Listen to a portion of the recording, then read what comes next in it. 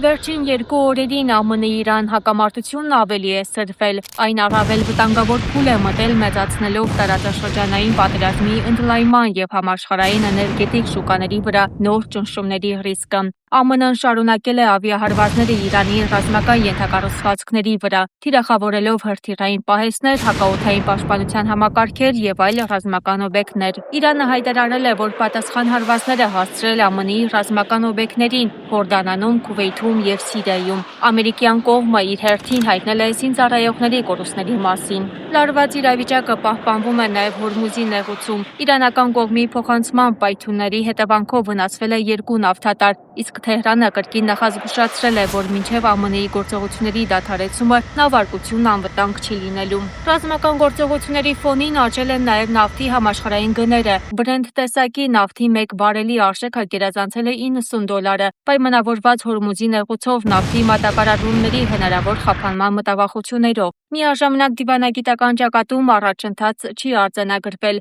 Վաշինգտոնը հայտարարել է, որ պատրաստ է բանակցությունների միայն Իրանի դիրքորոշման փոփոխության դեպքում, մինչդեռ Թեհրանը պնդում է, որ շարունակելու է դիմադրությունը։ Մի շարք արաբական երկրներ, այդ թվում Արաբական Միացյալ Էմիրությունները, կոչ են արել անհապաղ քայլեր ձեռնարկել լարվածության նվազեցման ուղղությամբ։ Հիշեցնենք, որ Իրանի, ԱՄՆ-ի և Իսրայելի միջև հակամարտությունը սրվեց 2026 թվականի փետրվարի վերջին, երբ ԱՄՆ-ն և Իսրայելը համատեղ հարվածներ հասցրին Իրանի ռազմական և ռազմավարական նշանակության օբյեկտներին, հայտարարելով, որ նպատակ ունեն կանխել Իրանի ռազմական և միջուկային ծրագրերի հետագա զարգացումը։ Որոշ ժամանակ անց Իրանին հաջողեց ԱՄՆ-ին պարտավորեցնել կատարել իր 10 պահանջը, այդ թվում ամերիկյան զորքերի դուրսբերումը։